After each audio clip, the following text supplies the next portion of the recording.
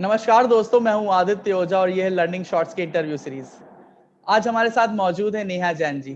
नेहा जैन जी एक civil servant हैं और वो रक्षा मंत्रालय से जुड़ी हुई हैं। नेहा जी, आपका बहुत बहुत स्वागत कि आप हमारे इस वीडियो पॉडकास्ट में आई और thanks a lot for doing this for us.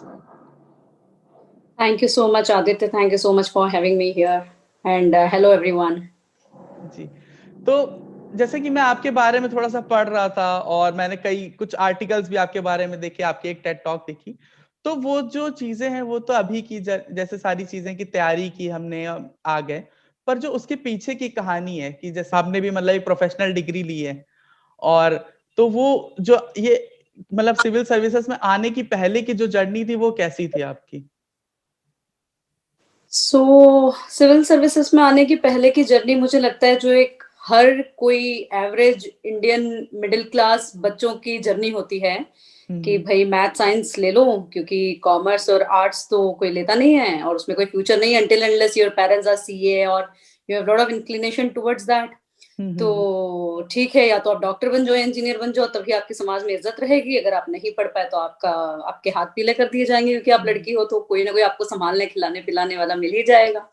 और आपने कुछ कर लिया तो बहुत अच्छी बात है, आपकी नौकरी लग जाएगी, तब आपकी शादी हो जाएगी। So it was like same, same mentality, same mindset which I think it was there and it is still there, and I don't know till when it is going to be there, the job जी security जी जी and having the financial independence, and that is the whole aim of education which in India we see today कि पढ़ाई क्यों करनी है ताकि एक नौकरी मिल जाए, और हाँ कौन सी हाँ। पढ़ाई करनी है जिसमें नौकरी की गारंटी हो, doesn't matter what you like। जी जी जी। So so I did like STEM discipline में science, technology, engineering, mathematics as usual. Then I did my engineering, went to IIT for my post graduation in computer science, and the same job with a couple of MNCs. So yeah, that was pretty much it. जी। तो what was that trigger moment कि जैसे हर इंसान की जिंदगी में एक time आ जाता है कि जैसे मान लीजिए मैं जब था तो मैं भी मैंने डेटा साइंस की पढ़ाई की है। फिर मैं उधर था, फिर मुझे एक टाइम पे लगा कि नहीं, अभी मुझे कहीं कहीं और जाना है। तो ऐसे एक ट्रिगर मोमेंट कब आया कि आपको लगा कि नहीं, अब यहाँ हो गया जो कर रहे थे, अभी अपने को सिविल सर्विसेज में जाना है? So for me actually, मैं बचपन से इन चीजों की तरफ बहुत इंक्लाइंड थी क्योंकि घर में ऐसे माहौल था कि पेरेंट्स जो थे वो बहुत ज्यादा आजादी के लोगों की कहानियां सुनाया करते थे। अगर आपने राजीव दीक्षित जी का नाम सुना है, हाँ हाँ। तो हमारे यहाँ हर वीकेंड पे उनके कैसेट्स आते थे पहले। जी तो जी हमारे जी हर जी वीकेंड पे जी। उनके कैसेट्स चलते थे घर में। And lot of motivational songs, inspirational songs, और बहुत ही मतलब आपकी पढ़ाई और उससे ज्यादा आपके एटीट्यूड, आपके बिहेवियर और दूसरों के लिए आपका बिहेवियर क्या है, जो आजकल व्हाट्सएप मैसेजेस में बड़ा चलता है। सो इस जी पे शुरू से बहुत ज्यादा मेरे फादर का फोकस था। सो एंड फॉर समहाउ मतलब राइट्स कैसे होने चाहिए या क्या होना चाहिए, तो शुरू से मेरे अंदर एक वो फीलिंग थी बचपन से। And I have never seen the divide of boy and girl in my house. I have one elder brother. Hmm. So मुझे लगता है कि अगर एक लड़का हो जाए तो माँ बाप को वैसे भी शांति होती है हमारे देश में कि चलो अब दूसरी लड़की तो एक्सेप्टेबल है, right? So but I don't know what was that, but yes, so they pampered me a lot, but not as a girl, they loved me, but they made me equally strong and solid, and a lot of equality at home. So शुरू से कहीं ना कहीं वो feeling थी कि कहीं और। Secondly I was a debater, so I spoke at state level and nodal level, regional level, इन सब पे मैंने काफी बोला है। तो जब आप बचपन से डिबेट्स वगैरह करें तो आप शुरू से ही ऐसे टॉपिक्स के कांटेक्ट में आते हैं कि भाई अखबारों में जो हो रहा है वो सही है कि नहीं, और देश में जो चल रहा है कुछ ना कुछ social issues, political, economic issues पे मैं बचपन से बोलते आई थी। तो कहीं ना कहीं वो फीलिंग थी। मैंने काफी छोटे मोटे अपनी कॉलोनी के मुद्दे भी उठाए थे जिनके ऊपर काफी अच्छा, मतलब सरप्राइजिंगली मेरी उम्मीद से बेहतर उन मुद्दों को लिया गया, because I was always eager to take जी the lead and do something कि भाई ये अगर हमारा है और हम इसे अपना घर कहते हैं, एक डेमोक्रेसी है, देश है, वैसे भी मतलब इतनी सारी कहानियां और ये सब स्टोरी सुन के खून तो हमेशा उबलता ही रहता था। जी जी। So, and I took some initiatives and I got success in them. So it made my belief even more strong कि नहीं भाई, अगर हम चाहें तो हम बहुत कुछ बदल सकते हैं। But as far as career goes वो वापस ले देकर वही चीजें आ जाती हैं कि भाई आपको जॉब सिक्योरिटी चाहिए, और उस समय इतना कुछ समझता भी नहीं है. My elder brother was doing engineering, so I went in the same field. I think mostly जो छोटे बच्चे होते हैं घर में, उनके साथ यही होता है कि उनके जो बड़े भाई बहन होते हैं जी जी वो काफी बिल्कुल, आइडल बन जाते हैं उनके लिए, काफी ज्यादा। है ना. तो हाँ, और आप बचपन से उन्हीं की बातें सुनते हो, उन्हीं के दोस्तों को देखते हो, वही फील्ड, तो आपको ऐसा नहीं है कि वो आपको पसंद है. द प्रॉब्लम है कि बाकी के बारे में आपको आइडिया ही नहीं है. So that is the only thing you know. So you also go for it. So this is how it happened. But the trigger was, I mean, so I always had this feeling, and trust me, I have never heard about UPSC. मेरा general knowledge काफी कम था. So now when I teach like polity, and I still remember when I came for preparation of civil services, I didn't even know Lok Sabha, Rajya Sabha क्या होती है, क्यों होती है, ये legislature, executive, judiciary का difference क्यों होता है. And today I can debate like till any length, you know, on these topics. And I used to teach that to civil services parents. जब मैं आईआईटी में गई तो आईआईटी में इस तरह की अवेयरनेस काफी होती है. And I came in lot of contact with BTechs, क्योंकि मैं कल्चरल सेक्रेटरी थी हॉस्टल की, which is considered you know good kind of responsible post. मेरे अंदर 9 अदर सेक्रेटरीज होते थे different different, and we used to do PAF together. एक performing art festival होता है आईआईटी बॉम्बे में जो बहुत फेमस होता है. And that time we work with different hostels very closely. So I was working with all the BTech hostels that time. हमारा जो hostel था उसी ग्रुप में वो था. So some people met me and they just told me कि आपकी personality, आपका काम करने का तरीका बिल्कुल वैसा ही है, and you should really go for that. जो आपके अंदर zeal या energy है and the way you lead and command the things, so you should really try for that. So that was the first time. I mean, I see you are sometimes it happens कि आपके अंदर एक इच्छा होती है पर आपको पता नहीं होता है. जैसे बहुत लोग एक्टर एक्ट्रेसेस बनना चाहते हैं, यू नो, बट उन्हें पता नहीं होता है कि what is the first step to take. So then so I still remember that moment कि जब मुझे किसी ने कहा था और मैंने हॉस्टल में आके वो वेबसाइट यूपीएससी की जो पुरानी नीली कलर की वेबसाइट होती थी वो मैंने फर्स्ट टाइम खोल के देखी थी. And then after that everything really got changed for me. But as I told you, I'm from middle class family, right? So that time I got like 12 lakhs ka package in an MNC, and which was a very big deal for me and my family, because I guess उस समय जो मेरा first salary था वो मेरे पिताजी की double salary से भी ज्यादा था एक महीने की, है ना. So it's not that easy to leave that kind of job, you know, and go for an unknown territory जहां पर पहले ही आप सुन लेते हो कि भाई सक्सेस रेट तो इसका 0.0001% है, 6 लाख बच्चे बैठते हैं उनमें से 1000 निकलते हैं, sort of things, you know. But then yes, my family supported me a lot in this, and they just told me that if you want to do, because I was doing a lot of struggle. मैं office भी जाती थी, फिर मैं weekends पे classes करती थी, because I just didn't want to, you know, leave the job for a thing which I had no idea about. And as I told you कि साइंस बैकग्राउंड था, तो सोशल साइंसेस, ज्योग्राफी, इनसे मतलब ये जब मैंने पढ़ा सिविल्स के लिए तो मुझे याद भी नहीं था कि मैंने इनको जीवन में पहले कभी स्कूल में पढ़ा है, because you start with the same books, you know, same NCERT books and all. So I had no clue. और मेरी स्कूलिंग हिंदी मीडियम में थी. अभी I was reading all the things for the first time in English, you know. So बिल्कुल भी याद नहीं आता कि अच्छा ये सब पढ़ा भी है, कभी स्कूल में होता भी था ये. सो yeah, so then my family supported me and I left the job and came here. But the trigger was really some IIT people, you know, who told me that you should really venture here. तो जैसा आपने बोला ना कि middle class परिवारों की दिक्कत रहती कि पैकेज अच्छा चल रहा है तो कैसे नौकरी छोड़ दें. तो जैसे हमारे साथ भी ऐसा ही हुआ कि अगर ये जो हमारे परिवारों के साथ ये होता है कि केवल हमारे परिवार नहीं होते, हमारे कुछ रिश्तेदार भी होते हैं. तो अगर बच्चा जो है चला या घर पे तैयारी कर रहा है या उसका कुछ और करने का मन है, तो काफी टाइम तक ये होता है कि ऐसा तो नहीं है कि नौकरी से निकाल दिया गया है.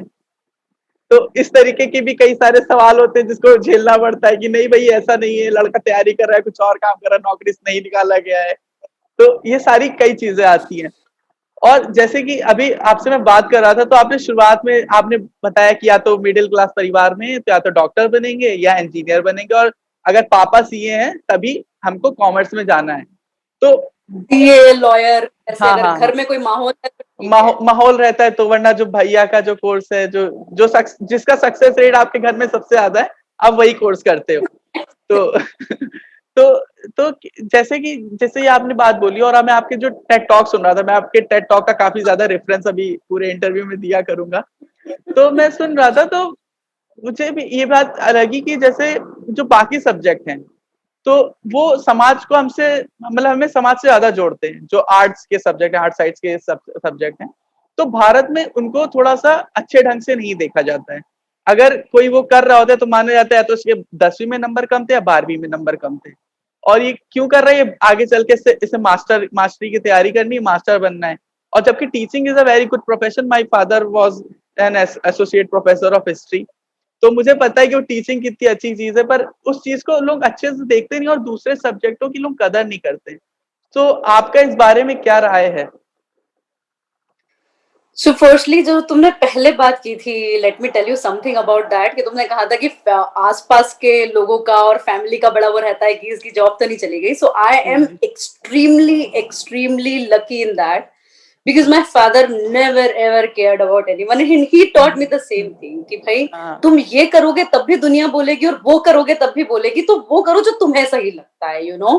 जी सो जी। ही रियली लाइक, वो उन्होंने मेरे अंदर इतना ज्यादा डाल दिया था कि मैं अभी भी बहुत ज्यादा परवाह नहीं कर पाती हूँ कि कौन क्या सोचता है, बिकॉज मेरा दिमाग उस तरीके से चलता ही नहीं है कभी कि who is thinking what, you know. I am so much into कि नहीं मुझे ये करना है, and then you never care about anyone, right? So I was really lucky, and I would request, you know, जो भी parents अगर कभी इसे सुन रहे हो, तो प्लीज आप दुनिया और समाज से ज्यादा अपने बच्चे को ट्रस्ट कीजिए. ये थ्री इडियट्स में भी अगर तुम्हें ध्यान हो तो आमिर खान कहता है, वो आर माधवन कहता है कि शर्मा जी क्या सोचती है उससे मुझे फर्क नहीं पड़ता, आप क्या सोचते हैं सिर्फ उससे मुझे फर्क पड़ता है, राइट? जी जी। So that should be the thing कि what people are saying, because they don't know, you know, they just don't know what is going inside you, and every individual is very very different, right? तो जैसे तुम मेरी Ted का reference दे रहे हो, I will give you reference to sir Ben Ken Robinson, you know. जी जी जी। सो मैं अभी रिसेंटली उनको काफी सुना, because I am trying to do something in the education field. I am not really happy with the current things going in education. Hmm. तो जो तुमने बोला कि हमारे देश में ह्यूमैनिटीज को इस तरीके से देखा जाता है, trust me, it's not our country, it's all over the world. Definitely, in developed countries, their education system is better, everything is better, but still, the main emphasis is on technology, is on STEM discipline, you know, science and hmm. technology and mathematics and all. Still, humanities and social sciences have a very low place, you know, if we make a hierarchy of subjects, right? So, सबसे पहले आप science and technology को रखते हो, फिर आप social sciences को रखते हो, because still economics and all these हाँ हाँ। subjects have some scope, you know.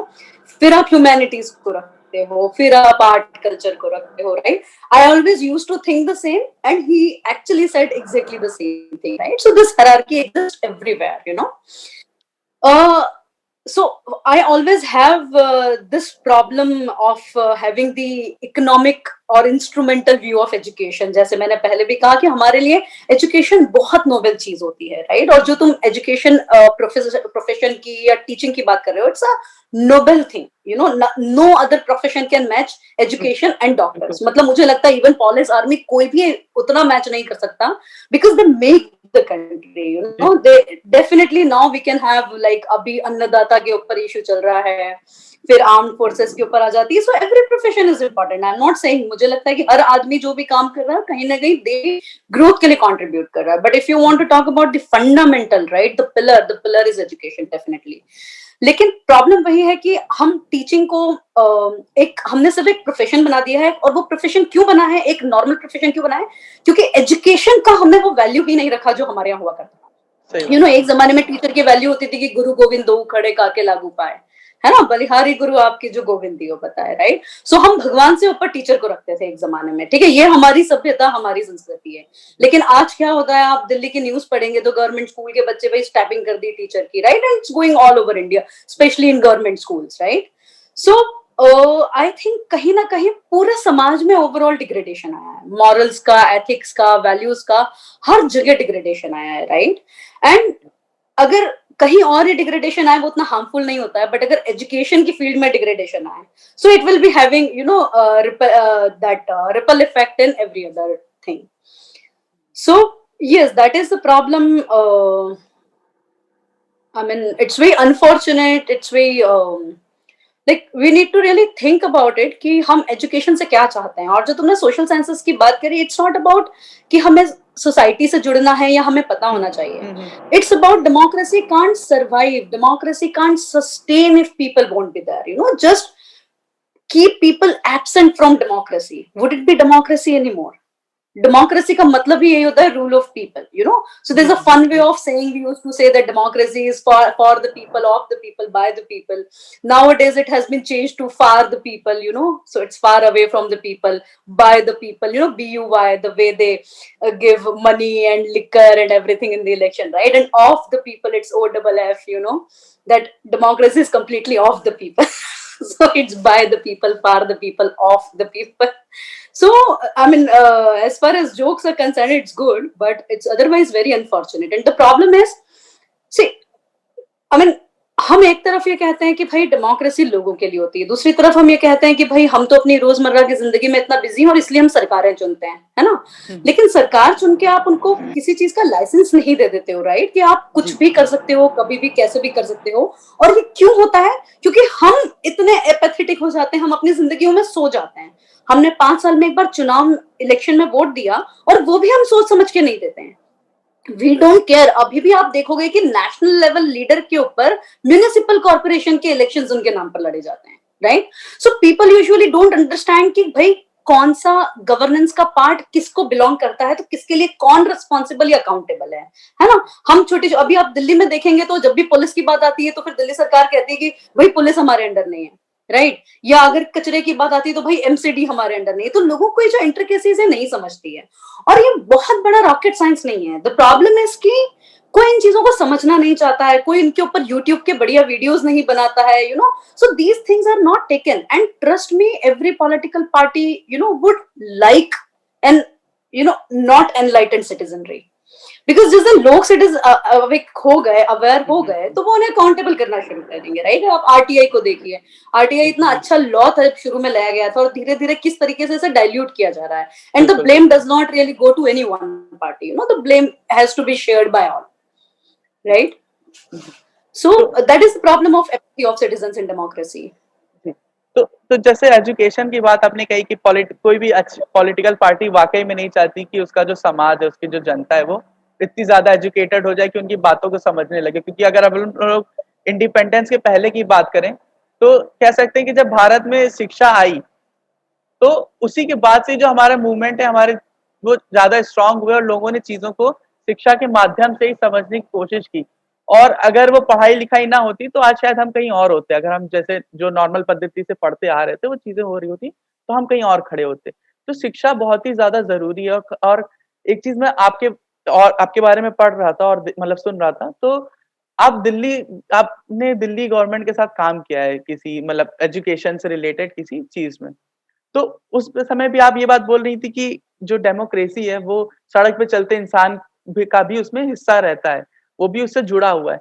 तो और मतलब हर एक इंसान उस डेमोक्रेसी का हिस्सा और उसमें उसको पार्टिसिपेशन करना चाहिए. तो ये जो पार्टिसिपेशन है, ये पार्टिसिपेशन जो एक नॉर्मल इंसान है उसका किस प्रकार होता है, और वो उसको अगर नहीं पता है तो कैसे वो पार्टिसिपेट कर सकता है इस डेमोक्रेसी में? क्योंकि हम लोग के लिए तो डेमोक्रेसी वही है ना कि जो 543 लोग बैठे ल्यूटियंस रैली में चुन लेते हैं, वो हो जाता है.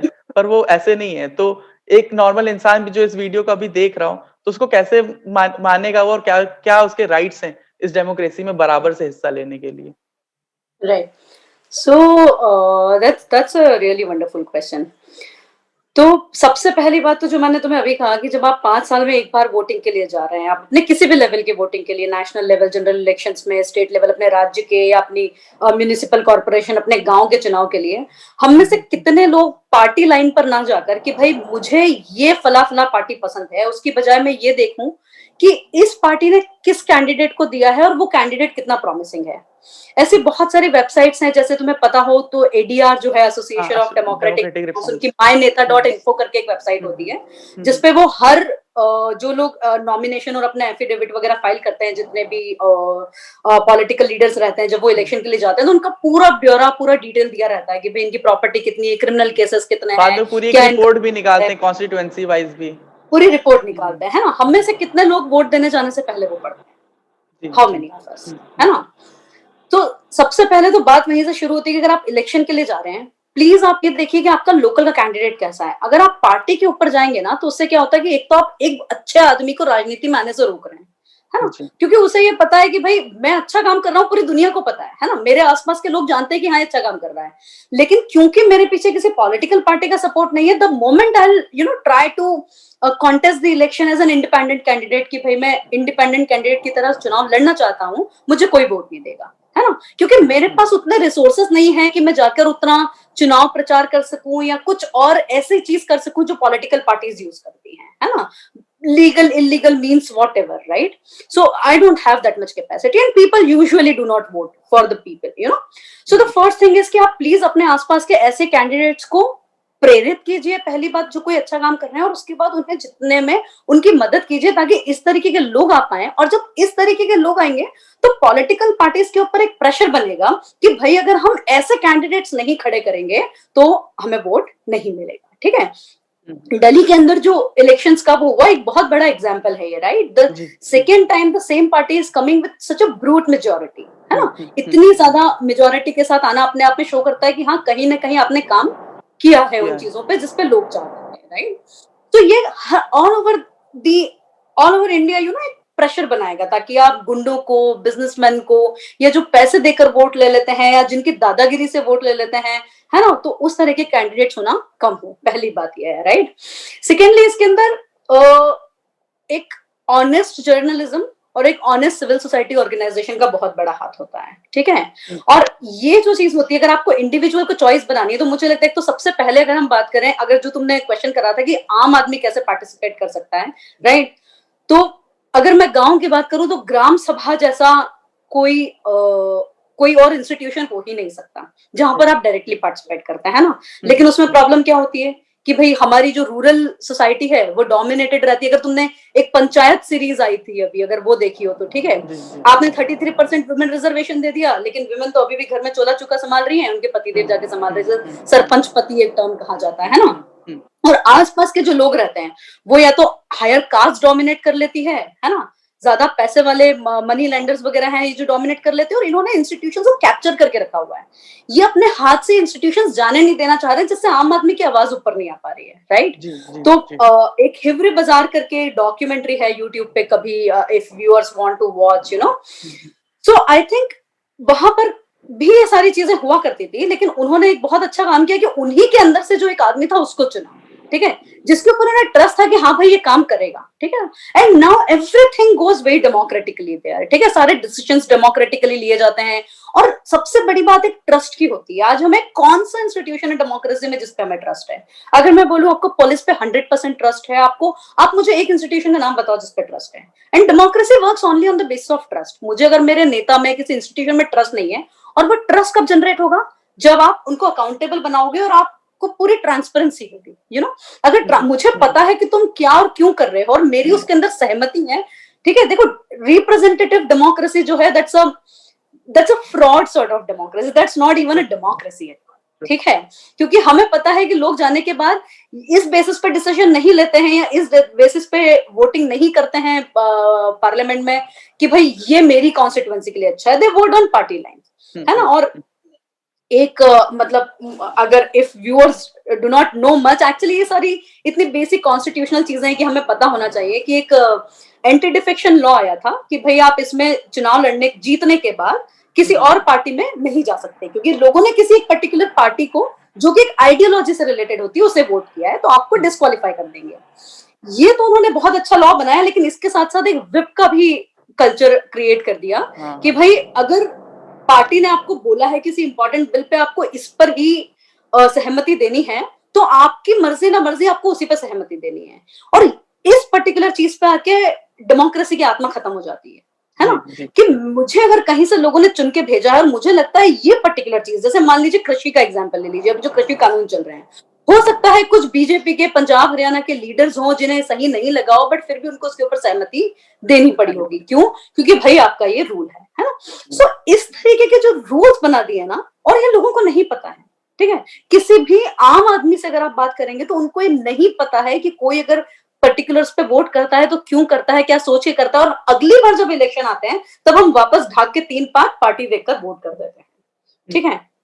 सेकेंडली, जैसे मैंने बताया था, राइट टू इन्फॉर्मेशन बहुत पावरफुल टूल है, बहुत ही पावरफुल टूल है ना, and we should really resort more to it in a genuine sense to take the information, ठीक है, क्योंकि आरटीआई मैं भी ऑफिस में बहुत डील करती हूँ, सो आई हैव द आइडिया कि कई बार लोग सिर्फ परेशान करने के लिए आरटीआई यूज करते हैं, या फिर आरटीआई एक्ट ना बहुत स्ट्रिंजेंट एक्ट है, it is stringent in terms of timelines की, जो ऑर्गेनाइजेशन है उसको टाइमलाइन में जवाब देना है, लेकिन it is also stringent about ये किस तरह की इंफॉर्मेशन आप ले सकते हैं, यू नो, कई बार लोगों को पता नहीं होता और वो वेग सवाल पूछते हैं जिस चक्कर में उनकी आरटीआई खारिज कर दी जाती है, ठीक है। सो लेकिन ये सारी चीजें जुड़ी हुई अवेयरनेस से, इसके लिए बिहार गवर्नमेंट ने एक बहुत अच्छी आरटीआई की हेल्पलाइन स्टार्ट की थी, कि अगर आपको इनफैक्ट आरटीआई फाइल भी नहीं करनी आती है तो आप उस हेल्पलाइन पे कॉल कीजिए and people will file RTI for you, because they have the expertise, they know कि कैसे फाइल की जाएगी, राइट, बिकॉज ये अपने आप में थोड़ा सा टेक्निकल चीज हो जाता है, राइट, बट हम इतने सारे एनजीओ, इतने सारे सिविल सोसाइटी ऑर्गेनाइजेशंस काम कर रहे हैं, कितने हैं जो इस फील्ड में काम कर रहे हैं, जो डायरेक्टली लोगों से कनेक्ट हो, या तो वो बड़ी बड़ी पॉलिसीज की लेजिस्लेटिव स्क्रूटनी और ये सारे जुडिशरी के जो जजमेंट्स आते हैं उनकी स्क्रूटनी कर रहे हैं, यू नो, पर ऐसे बहुत कम लोग हैं जो एक आम आदमी को गाइड कर रहे हैं कि भाई आप ये कीजिए, ठीक है। वैसे एक एग्जाम्पल है सोशल ऑडिट का।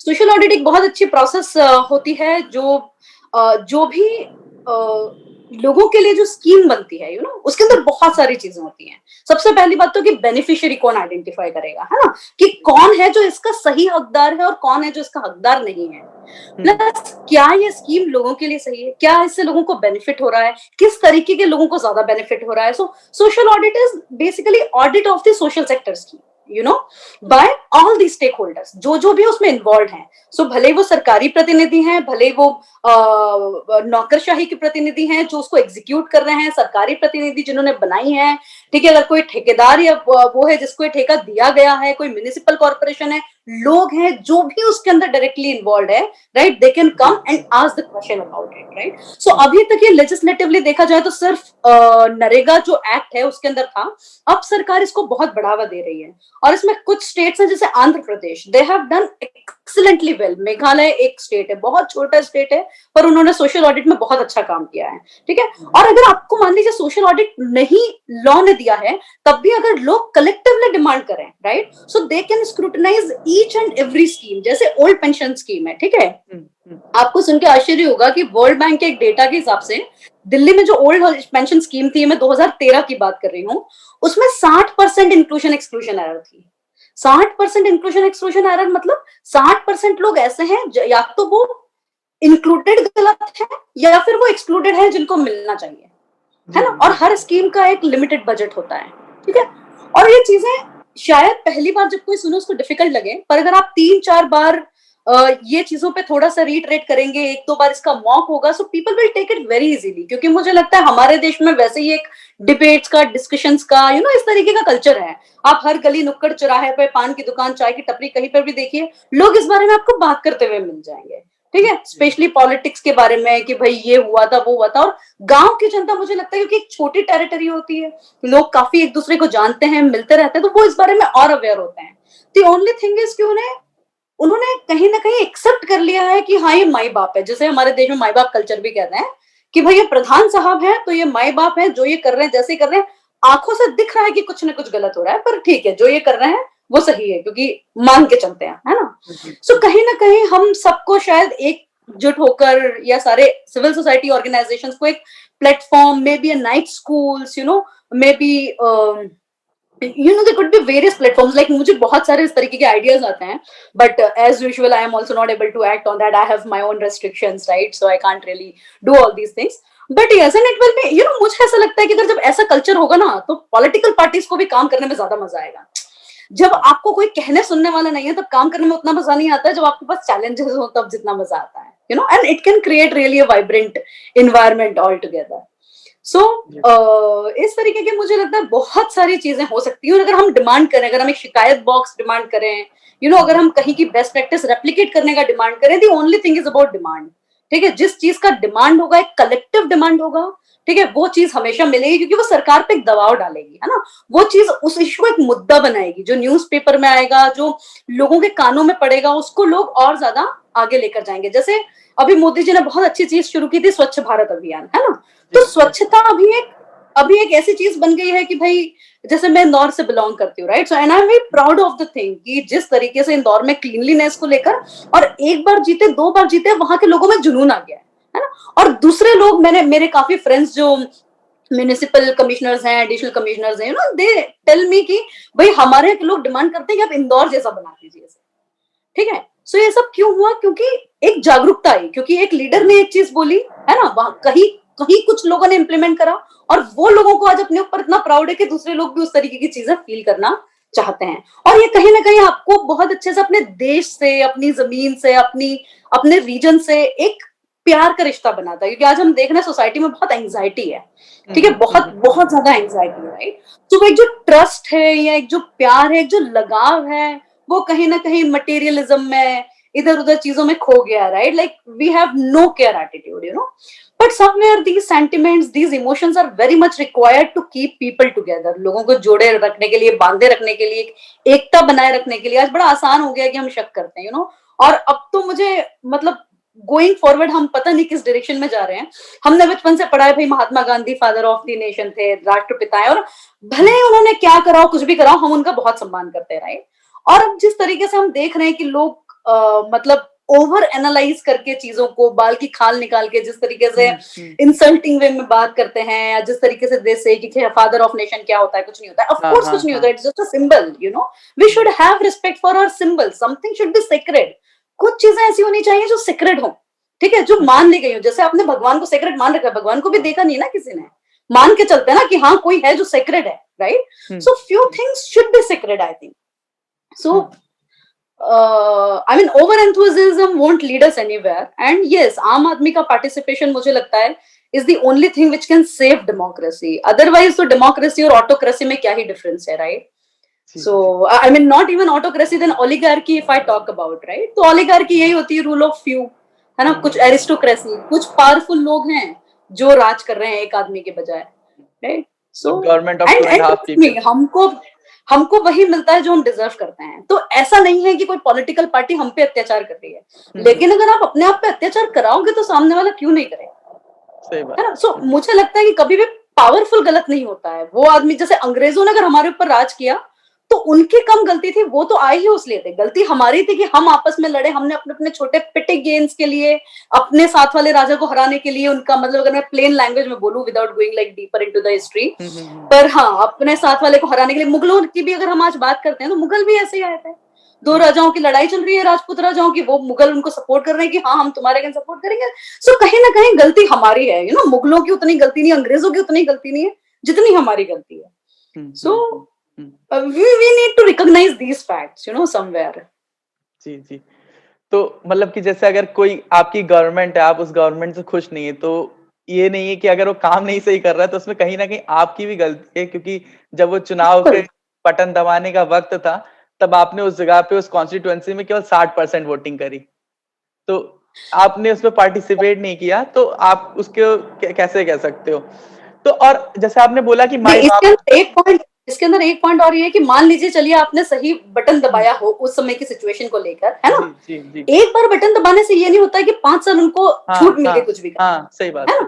तो आपको समय समय पर जाकर अकाउंटेबिलिटी इंश्योर करना पड़ेगी कि भाई ये चीज सही है कि नहीं। जैसे एक राइट टू रिकॉल होता है, जो हमारे देश में शायद लोगों को पता ही नहीं है कि भाई, मतलब एक आम जनता की मैं बात कर रही हूँ, है ना, कि भाई राइट टू रिकॉल मतलब आपने एक बार वोट दे दिया तो ये आपने गलती नहीं कर दी 5 साल के लिए। अगर आपको बीच में भी लगता है कि ये सरकार नहीं इस लायक है और हमने गलती से इसे जिता दिया था, you should have right to, you know, recall the government.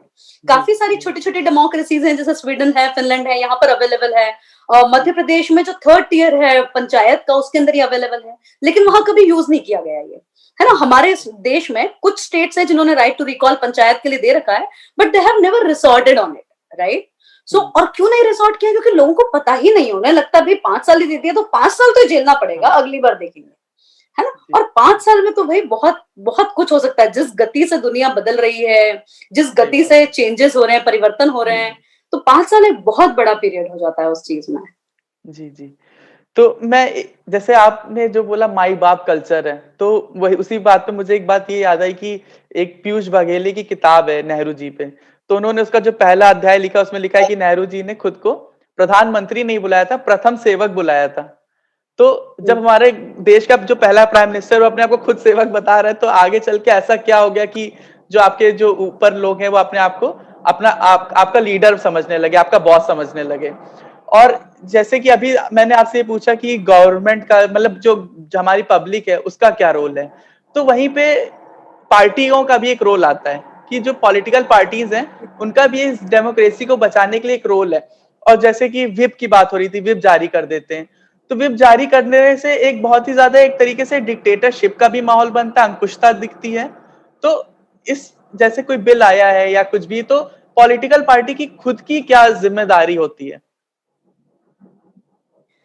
तो देखो, पहली बात तो जो तुमने बोला था प्रधान सेवक, है ना, so I don't want to comment on Nehru ji या ये सेम चीज अभी जो करंट हमारे माननीय प्रधानमंत्री जी हैं, मोदी जी, वो भी यही कहते हैं कि मैं भाई देश का पहला सेवक हूं, है ना।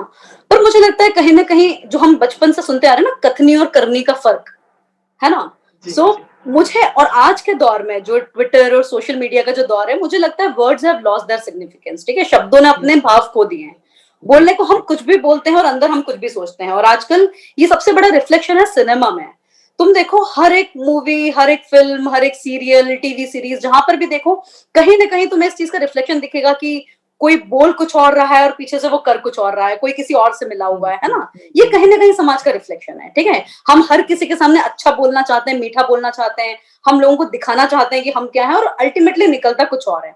सो लोगों को एक ये भी बात बहुत ध्यान में रखने वाली है कि प्लीज आप इन ट्रैप्स में मत आइए।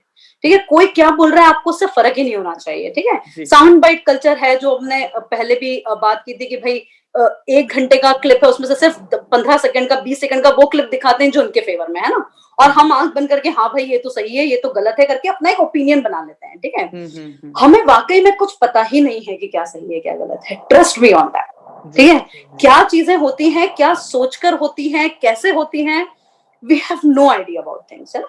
पर हम इतना जल्दी ओपिनियन बना के किसी से भी इस हद तक लड़ने लगते हैं कि हमें ऐसा लगता है कहीं ना कहीं कि उस बंदे को डिफेंड करना हमारा धर्म है, हमारी जिम्मेदारी हो गई है।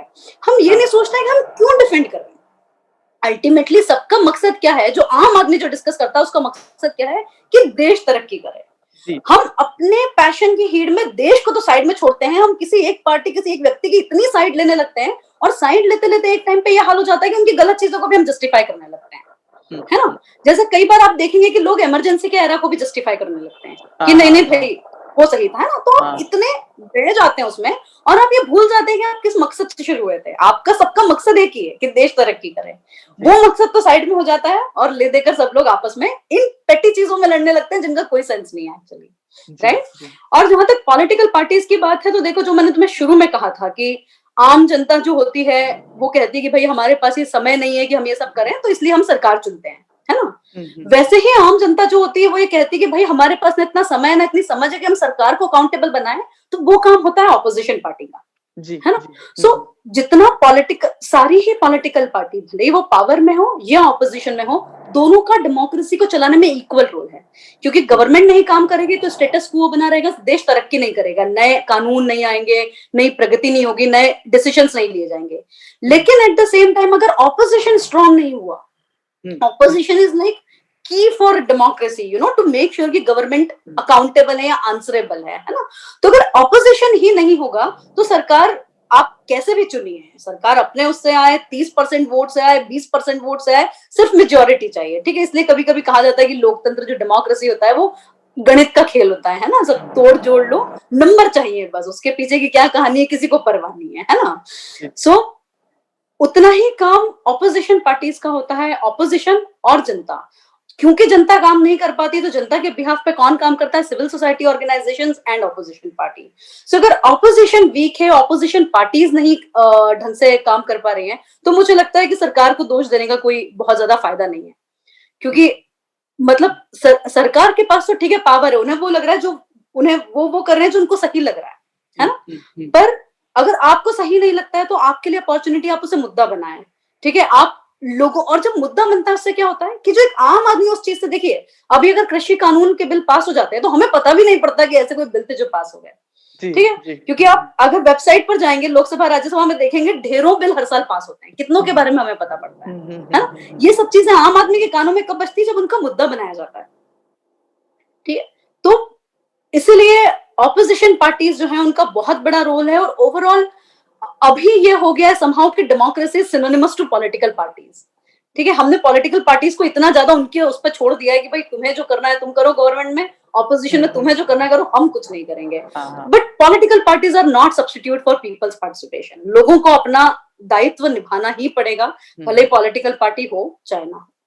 जी, तो मतलब कि अगर कोई आदमी ये स्टेटमेंट देता है, जैसे बहुत ही एक कूल कल्चर डबल कोट में आता है कि मैं बिल्कुल भी पॉलिटिक्स में नहीं हूँ और मुझे पॉलिटिक्स की परवाह नहीं है, तो अगर आप ये बात बोल रहे हो तो कहीं ना कहीं आप अपनी जो आपके यहाँ जो जमहूरियत है, जो डेमोक्रेसी है, आप उससे कुछ ना कुछ तो दगेबाजी कर ही रहे हो ये बात बोल के। तो आपको मतलब खुद भी एक जो मतलब फिर आपको हक नहीं है कि आप शिकायतें करो कि मेरे हाँ, साथ ये हो रहा है, ये सरकार काम नहीं कर रही, वो नहीं कर रही, हाँ, ठीक है, मतलब नहीं कर रही तो आप डिजर्व भी नहीं करते हो ना कि आपको वो सरकार हाँ, काम हाँ, करे, क्यों करे, जब आप ही को नहीं पड़ी है तो सरकार को क्या पड़ी कि वो दिन रात झिकझिक करे आपके लिए। जी जी जी। तो एक चीज आपने अभी और बोली कि जैसे ट्विटर का दौर आ गया है, तो जो ट्विटर है मतलब काफी सोशल मीडिया प्लेटफॉर्म तो सारे हैं, पर मैं खासतौर से फेसबुक और ट्विटर पे के बारे में बात करूंगा कि उसमें ओपिनियंस बहुत आते हैं और हैशटैग बहुत ज्यादा चलते हैं। तो जो हमारी ज्यादातर जनता में जो ज्यादातर जो जवान वर्ग के लोग हैं, यूथ है जो हमारी, वो उन्हीं ट्विटर से, उन्हीं ट्वीट से और उन्हीं फेसबुक के लिखे पोस्टों से अपना एक ओपिनियन तैयार करती है। और ओपिनियन का कह सकते हैं कि ये मतलब इस तरीके के ओपिनियन बनते हैं कि कल 30 जनवरी थी और वहां पे हैशटैग ट्रेंड हो रहा था कि नाथूराम गोडसे जिंदाबाद, ठीक है। तो ये आई नो इस तरीके के कई हैशटैग बार बार आए दिन ट्रेंड हुआ करते हैं, ये केवल एक दिन की बात नहीं है। तो ये जो जो जवान है, जो नौजवान है, जो कि एक अपना ओपिनियन बना देते हैं बिना किसी बात को अच्छे से समझे हुए। और जैसे कि जब मैं भी छोटा था तो मुझे इतना राइट और लेफ्ट क्या होता है नहीं पता था, और मेरी जो पढ़ाई की समझ है वो राइट और लेफ्ट का कल्चर तो कुछ और ही था बनस्पत इसके, जो हम अभी राइट और लेफ्ट इतना सुनते हुए आ रहे हैं कि नहीं वो लेफ्ट का है वो राइट का है, जबकि उसका असलियत में तो उसकी उपज कहीं और से हुई है। तो ये जो इस बारे में आपकी क्या राय है, और आप जो यूथ है हमारी उसको क्या कहना चाहेंगे कि क्या सच को कैसे समझा जाए? So I think we can complete the circle here. It all starts with education. अगर बचपन में अच्छी एजुकेशन मिली होती, अगर सोशल साइंसेस को उस तरीके से पढ़ाया गया होता, यू नो, कि लेफ्ट क्या है राइट क्या है, जो पॉलिटिकल स्पेक्ट्रम की आज हम बात करते हैं कि भाई कंजर्वेटिव्स आते हैं, रिएक्शनरीज आते हैं, लिबरल्स आते हैं, बीच में कहीं सेंटर होता है ना। कहाँ से जो तुम बता रहे हो कि फ्रेंच रेवोल्यूशन के बाद जो नेशनल असेंबली वगैरह बनी, वहां से इसका जेनेसिस हुआ है ना। सो ये सब it again comes back to education, you know, why we are talking about it, why we are understanding, क्योंकि हमें कहीं ना कहीं बचपन से भगवान को भी क्वेश्चन करने की आजादी दी गई थी, ठीक है, कि आपको अगर बता दिया गया है इसका मतलब ये नहीं आप मान लो, आप अपनी समझ से मान, यू नो, कि है या नहीं है। और फाइनली आज हमारा कंक्लूजन क्या है, I mean what is my conclusion about God, कि हो भी सकता है नहीं भी हो सकता, how does it matter, you know, है तो अच्छी बात है, ना है तो ठीक है, क्यों इतना फर्क पड़ता है उस चीज का, है ना। कोई मुझे लगता है कि इतना लालची भगवान नहीं होगा कि तुम 10 रुपए चढ़ाओ तो मैं तुम्हारे लिए ये करूंगा या वो करूंगा, और अगर ऐसा भगवान है तो क्या वो वाकई में पूजने लायक है, ठीक है। ऊपर से क्या आपको अच्छे काम करने के लिए कोई डर होना जरूरी है कि नहीं अगर मैंने झूठ बोला तो मेरे साथ ही हो जाएगा इसलिए मुझे झूठ नहीं बोलना है? क्या झूठ बोलना खराब बात होती है अपने आप में? काफी नहीं है कि आपको बचपन से ये बताया जाए, है ना। सो ये सारी चीजें मुझे जो लगता है ये बचपन से एक एटीट्यूड फॉर्मेशन होता है, ठीक है, कि आपको इस तरह की चीजें घर में बताई जाती है। मतलब मुझे लगता है देखो जब तक बच्चा आई गेस 15 साल 16 साल का होता है या 10th तक होता है ना, 2 इंस्टीट्यूशन, एक स्कूल और एक पेरेंटिंग, बहुत ही एक्स्ट्रा ऑर्डिनरी रोल प्ले करते हैं किसी बच्चे की किसी भी उसको बेसिकली शेप देने में। जो हम कहते हैं कि बच्चे मिट्टी के समान होते हैं और माँ बाप और टीचर्स कुम्हार होते हैं, जो उसे शेप देंगे वो हो जाएगा, राइट। सो मतलब मैं जितने भी व्यूअर्स हैं उनसे यही कहना चाहूंगी कि प्लीज किसी और को सोचने समझने का मौका दीजिए, उसे क्वेश्चन करने का और अपना ओपिनियन बनाने का मौका दीजिए। सालों से जो चीजें चलती आ रही हैं, सदियों से जो प्रथाएं या जो कहानियां चलती आ रही हैं, उनके पीछे क्या सच है आपको भी नहीं पता सही बात। है ना? इसके ऊपर मैं तुम्हें एक शेर सुनाती हूँ जो मुझे बहुत पसंद है कि जी, जी। अ, जो सामने है उसे बुरा कहते हैं, जिसे देखा नहीं उसे खुदा कहते हैं।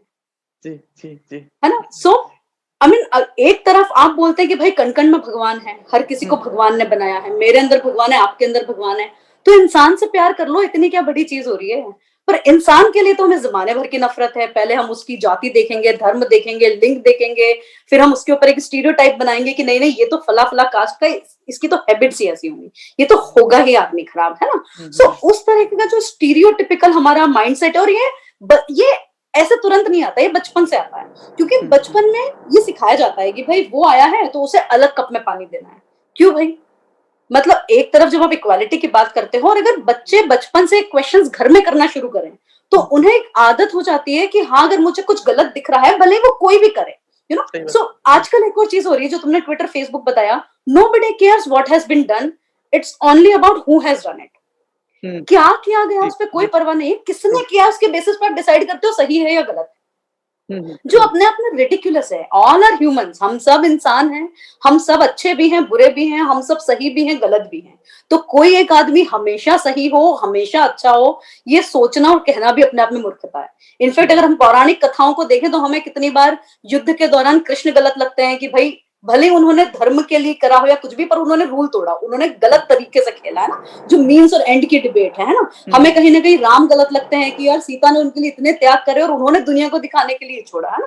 कई बार हम इन चीजों पर डिस्कस करते हैं, राइट? तो हमें तो गलत तो कोई भी होता है ना? तो हुँ, हुँ। अगर आप अपना ओपिनियन, पहली बात तो आपको ओपिनियन बनाने की क्या जरूरत है ना? मतलब इतना लार्ज ओपिनियन कि भाई ये आदमी एकदम सही है, ठीक है? जब हाँ। आपको पता ही नहीं है, आप अपने आप को नहीं जानते हो, आप अपने घर वालों को, अपने भाई बहनों के लिए नहीं कह सकते कि नहीं तो 100% ऐसा करेगा, तो आप ऐसे चौथे आदमी के लिए जिसको आपने कभी देखा नहीं, अपनी शिद्दत से कैसे बोल देते हो? हुँ, हुँ, ठीक है? हुँ, So, हुँ, हुँ। मतलब मेरा पॉइंट यही है कि पहली बात तो इतना ओपिनियंस को दिल पे ना लो, कुछ फर्क नहीं पड़ता है, ठीक है? हाँ, हाँ। ओपिनियन बनाना भी है ना तो अपने एरिया के लिए, अपनी छोटी सी जगह के लिए बनाओ, ठीक है? कि हाँ भाई यहाँ सफाई नहीं दिख रही है या यहाँ पर सरकार काम नहीं कर रही है, तो मेरा ओपिनियन ये है कि ये गवर्नमेंट, ये बंदा, ये जो मेरा एमएलए है, जो मेरा काउंसलर है, जो मेरा मेयर है, ही इज नॉट गुड, ठीक है? डायरेक्ट अमेरिका के राष्ट्रपति और भारत के राष्ट्रपति और प्रधानमंत्री पे ना पहुंच जाओ, दैट रियली डजंट मैटर, ठीक है?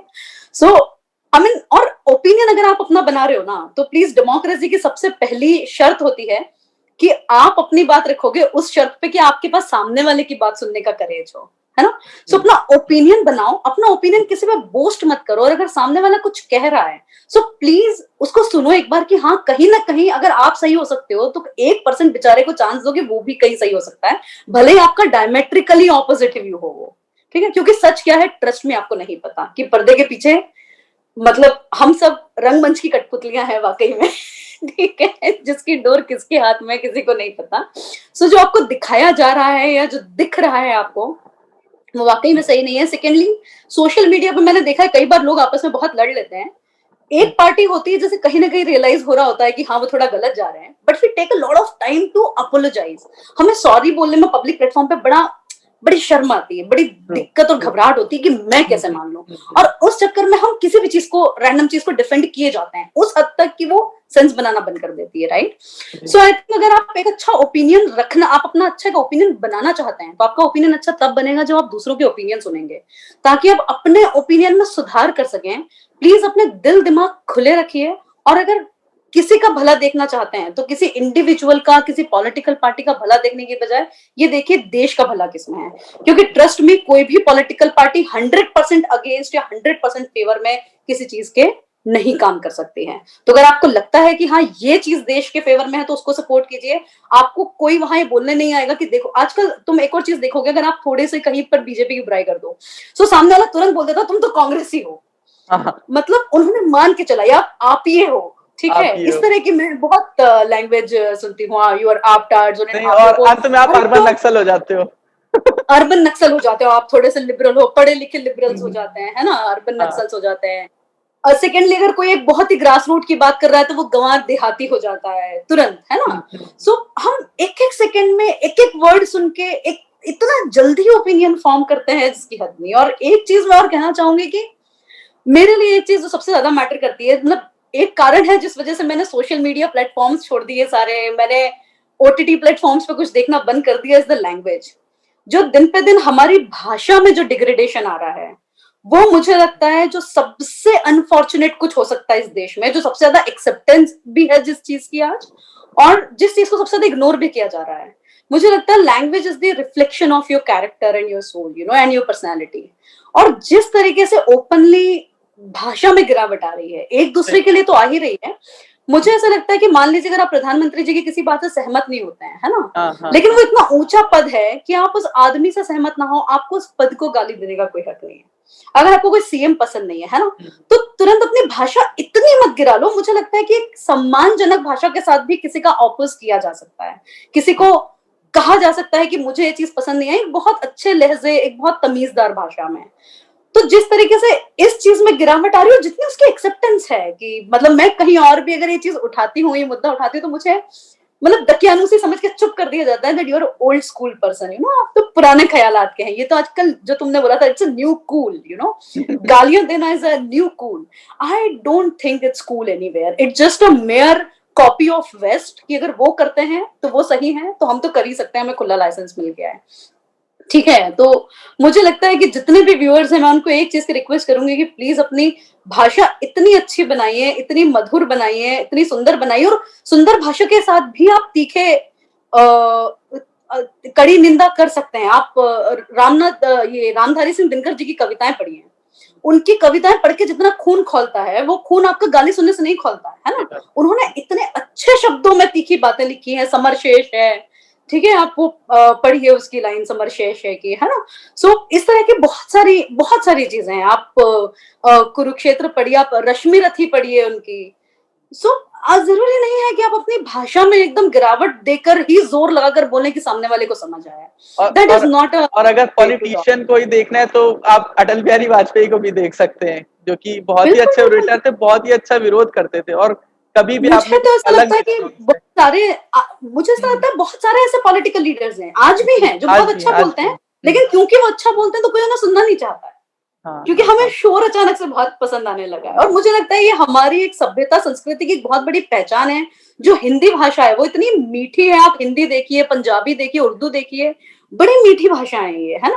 और हमने उनका इतना सत्यानाश कर दिया है गालियों के चक्कर में कि मतलब पता नहीं, somehow I don't favour this culture. मैं इस कल्चर को बिल्कुल बिल्कुल सहमति कभी भी नहीं देती हूँ। तो इनफैक्ट यू वोंट ट्रस्ट कि मैंने सच में ओटीटी प्लेटफॉर्म पे सब कुछ देखना छोड़ दिया है इस चक्कर में, कि मतलब मेरा दिमाग खराब हो जाता है कि क्या जरूरत थी इस सीन में, तो कोई जरूरत ही नहीं थी। When I was watching Tribhanga, I was like क्यों इतना ओवर रिएक्शन हो रहा है भाई, जरूरत ही नहीं है यहाँ पर गालियों की, आप जबरदस्ती डाले जा रहे हो। So I think it's not really cool. तो पहले तो मैं ओटीटी के बारे में बोलूंगा कि मैं भी ज्यादा, मतलब मैं बहुत देखता हूँ, मतलब पर ये है कि मैं अपने पिताजी के साथ बराबर देखता हूँ, तो बहुत ही ज्यादा पारिवारिक चीजें देखता हूँ, जैसे पंचायत आपने बताया था, तो उन्हीं का एक हाँ नाटक है गुल्लक, तो अगर देखना होगा तो आप जरूर देखिएगा। दूसरी बात, जो माफी मांगने वाली बात आप बोल रही थी, तो मुझे उस बात से याद आया कि मैं बराक ओबामा का पढ़ रहा था, तो वो साल में एवरेज 40 प्रेस कॉन्फ्रेंस करते थे, और उन 40 प्रेस कॉन्फ्रेंस में की स्टार्टिंग के टाइम में वो शुरू में वो बताते थे कि उनसे क्या क्या गलतियां हुई हैं, तो उसके लिए वो अपोलॉजी देते थे, मतलब कि जो उनकी जनता है उसको।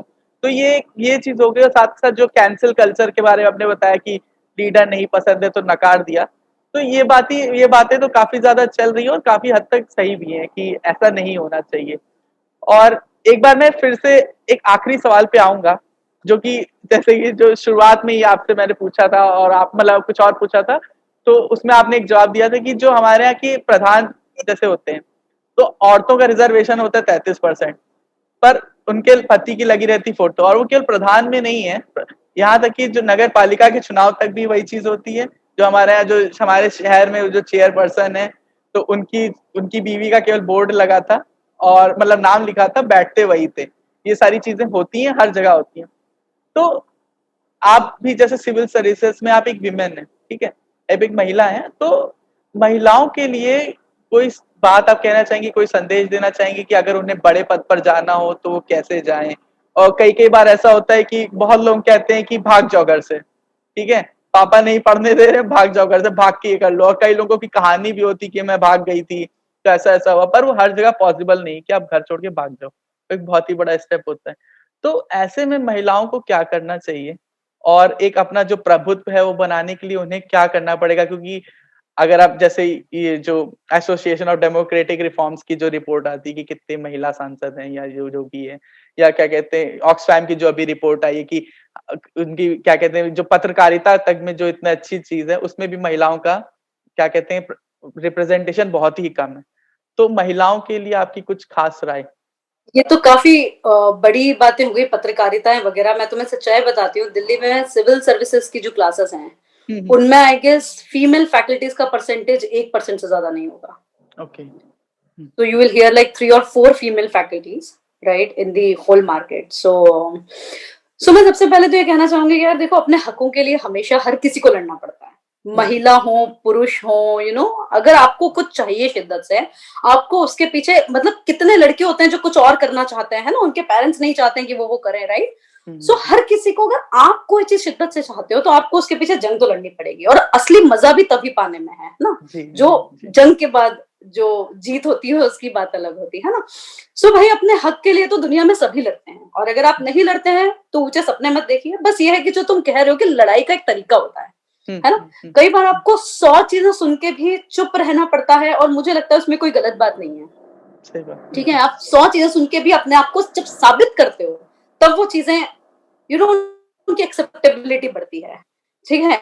सो कई बार आपने देखा होगा कि जिन चीजों के लिए पेरेंट्स आपको मना करते हैं, एक जमाने बाद जब अपने आपको प्रूव कर देते हो तो वो उसी चीज को लोगों के सामने बड़ा सीना चौड़ा करके बताते हैं कि देखो भाई, इसने ये करा, उसने वो करा, जो एक जमाने में जिस चीज के पीछे आपको काफी डांट पड़ी होगी, but then it took time. So my only point is कि आप किसी चीज को अपने पेरेंट्स के सोशियो इकोनॉमिक बैकग्राउंड से, उनकी हिस्ट्री से जोड़कर देखिए कि अगर आप उस जगह होते हैं, आपने दुनिया उतनी ही देखी होती, आपने औरतों का यही बचपन से रोल देखा होता और आपको यही सिखाया गया होता, तो आपके अंदर क्रांतिकारी विचार आते नहीं आते।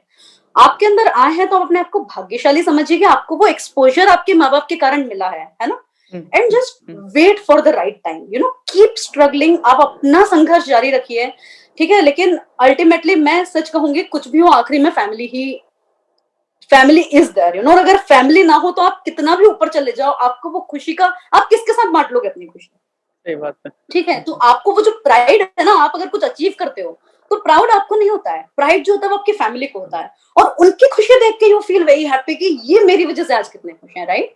सो आई मीन अगेन, बहुत अच्छी चीज है हमारे कल्चर की कि हमारा फैमिलीज बड़ा क्लोज होता है, बट एक हर कल्चर में कुछ पॉजिटिव कुछ नेगेटिव होता है। मुझे ऐसा लगता है कहीं ना कहीं हमारी फैमिली में पेरेंट्स बहुत कंट्रोल करना चाहते हैं बच्चों की लाइफ, और शायद एक उल्टी दिशा में बहते हैं कि जब वो बच्चे रहते हैं तब हर मनमानी पूरी की जाती है, हर जिद पूरी की जाती है, और जब वो बड़े हो जाते हैं तो उनकी जिंदगी कंट्रोल करने की कोशिश की जाती है। I think it should be other way around, right, कि जब वो बच्चे हैं उनको अपना भला बुरा नहीं पता, उनको कंट्रोल कीजिए, उन्हें डांटिए, उनकी हर इच्छा पूरी मत कीजिए, और उन्हें इतना कॉन्फिडेंट और सक्षम बनाइए कि जब वो बड़े हो जाएं तो आपको इतना कॉन्फिडेंस रहे कि अब मुझे इसकी तरफ देखने की जरूरत नहीं है, जो डिसीजन लेगा सही ही लेगा या सही ही लेगी, राइट। सो लड़कियों के लिए एक थोड़ा सा पिक्युलर केस ये आ जाता है, तो मतलब आई वुड जस्ट सजेस्ट कि keep doing what you want. Secondly, जो एक वुमेन के ट्रेट होते हैं, है ना, so again I may be called old school, आप इक्वालिटी दिखाइए, लेकिन कहीं ना कहीं जो एक वुमेन का रोल एक बड़ी सोसाइटी में एक्सेप्ट किया जा, मतलब माना जाता है, अगर आप थोड़ा सा वो निभा देंगे तो उससे कुछ परेशानी नहीं होगी, राइट। क्योंकि कई बार हम इतनी इमटेरियल चीजों को लेकर लड़ते हैं कि अगर आपको कुछ कर भी दो किसी के कहने से, तो कोई आपकी इक्वालिटी पे आंच नहीं आ जाएगी कि भाई बहुत गलत हो गया मेरे साथ, तो ये and sometimes you have to do whether you like it और not. Like I don't like so many things to do, but I just do for sake of it कि अपनी एनर्जी मुझे उस झगड़े में बर्बाद नहीं करनी है, या उस चीज में कन्विंस करने में किसी को बर्बाद नहीं करनी है। आई विल डू दैट जब मेरा टाइम आएगा, बड़ी तब लड़ाई आई भी शो बाय एग्जांपल कि भाई हाँ, मैंने किसी और लड़की के साथ कैसा बिहेव करा, जरूरी नहीं है आपके साथ वैसा हो। तो पहली बात तो, अगर कोई कुछ बोल रहा है तो ये सोचिए कि वो किस परिस्थितियों में जिए हैं कि वो ऐसा सोचते हैं, है ना। तो शायद उनकी जगह वो भी पूरी तरह से गलत नहीं है, ठीक है। सेकेंडली, संयम रखिए, धीरज रखिए, जो आजकल हम बहुत ज्यादा खोते जा रहे हैं। हमारी जो नई जनरेशन है काफी जल्दीबाजी में रहती है ना। So we keep losing patience very quickly. And thirdly, it's a wonderful thing, it's a gift of God to be women.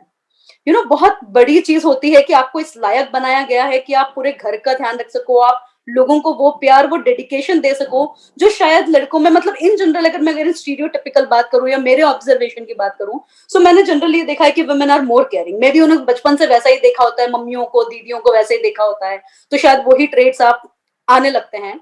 But again, it's a wonderful thing to care about people. It's a wonderful thing to sacrifice your likings or dislikings for someone, right? So there is nothing wrong. इतना equality के पीछे उतना पागल होके मत भागिए, ठीक है? आएगी, धीरे धीरे आएगी, it will take time, generations लगेंगी उसको चेंज करने में, but keep your aim high and make your character very strong, right? Because I feel so my father used to tell me since childhood that if money is lost, nothing is lost. If health is lost, nothing is lost. If character is lost, everything is lost, right? So just have strong principles in your life, be a woman of a very strong character, principles, values, right? और ये जो values इनको निभाने में शुरू में time लगेगा, but trust me, they will give you result in the end. So, and you would love yourself, कोई और करे ना करे. So yes, that's the message. And I think Gandhi ji ने जो कहा था, first they will laugh at you, then they will ignore you, and then you will win. So I think ये women के ऊपर बहुत ज्यादा applicable है. So it's first they ignore you, then they laugh at you, then they fight you, and then you win, right? So ultimately you will win. Okay, so with that quote, मैं आपका बहुत बहुत शुक्रिया करना चाहता हूँ, धन्यवाद देना चाहता हूँ कि आपने इतना समय निकाला हमारे लिए, इतनी अच्छी अच्छी बातें करने के लिए. बस एक चीज और, बस एक आखिरी चीज मैं पूछना चाहता हूँ, क्योंकि हमने इतनी ज्यादा पढ़ाई लिखाई की सबकी बात कर ली, तो जो हमारे व्यूअर्स हैं, जो भी हमें सुन रहे हैं या अभी देख रहे हैं, तो अगर आप उनको कोई एक या दो किताब बताना चाहोगे कि वो पढ़ें और कुछ चीजों को समझे, तो वो कौन सी किताब होगी? यार मुझे लगता है कि जो कुछ लोग जो बहुत अच्छे रीडर नहीं होते हैं, लाइक मी, राइट, कि जिनके लिए किताब पढ़ने से पहले पन्ने गिनते कि अच्छा इतनी बड़ी है. तो एंड आई थिंक क्योंकि यूथ जो है काफी पॉलिटिकली आजकल मोटिवेटेड है, सो पॉलिटिक्स की क्या सच्चाई है उसके लिए प्लीज एक बार एनिमल फार्म पढ़िए. बहुत पतली सी किताब है, 70-80 पेज की है, देखकर डिमोटिवेशन नहीं होगी. बट अगर आपने एनिमल फार्म नहीं पढ़ी तो आप समझिए आपने कुछ भी नहीं पढ़ा. एंड आई एम श्योर बहुत लोगों ने, मतलब मुझे किसी को गिफ्ट करना होती है तो that's the book I usually do. Secondly, one thing I really like is philosophy. अगर आपने philosophy समझ लिया तो आपको बाकी चीजें इतनी trivial लगने लगेंगी, which really don't make much sense in larger scheme of things. So I would suggest Sophie's World to the beginners. एक बार पढ़कर देखिए कि philosophy क्या होती है, कैसे evolve हुई, right? But otherwise, I'm really fan of Plato's writing. So if you are into philosophy, please read that. और सबसे बड़ी एक जो मैं चीज बोलूंगी, प्लीज प्लीज भारत का संविधान एक बार पढ़ लीजिए. वो ऐसी किताब है जो हर किसी को पढ़ना चाहिए. आपको नहीं समझ में आएगी पहली बार में, मैं बता रही हूँ, बहुत कंफ्यूजिंग लिखी है, because I teach that, right? So it's very confusing, that's why it's called lawyers paradise. तो आई विल सजेस्ट कि प्लीज उसका शुरुआत पढ़िए, प्रियम्बल पढ़िए. और अगर आपको नहीं समझ में आता है, अपने बच्चों से, किसी से भी, यूट्यूब पे इतने सारे वीडियोस अवेलेबल है, प्लीज वो देखिए. लेकिन आपको संविधान की जानकारी होना बहुत ज्यादा जरूरी है. So yes, these are the books I recommend. I mean संविधान तो मुझे लगता है गीता की तरह है. गीता पे कसम खाने की बजाय संविधान पे कसम दिलवानी चाहिए. सही बात है, बिल्कुल सही. तो इट्स सेक्युलर. हाँ, काफी ये भी बात है कि थोड़ा सेक्युलर हो जाएगा कम से कम वहां पे. थोड़ा सेक्युलर हो जाएगी जुडिशरी की कसमें. तो नेहा जी, आपका बहुत धन्यवाद कि आपने इतना समय हमारे लिए निकाला. तो आपका बहुत बहुत धन्यवाद. और इस इंटरव्यू को जो कोई भी देख रहा है, तो अगर आप अब तक देख चुके हैं तो आपको लाइक और सब्सक्राइब कर देना चाहिए था. अगर नहीं किया तो कर दीजिए. मिलते हैं फिर एक नए इंटरव्यू में. धन्यवाद. थैंक्स. या ऑल राइट. नमस्ते. Thank you ma'am.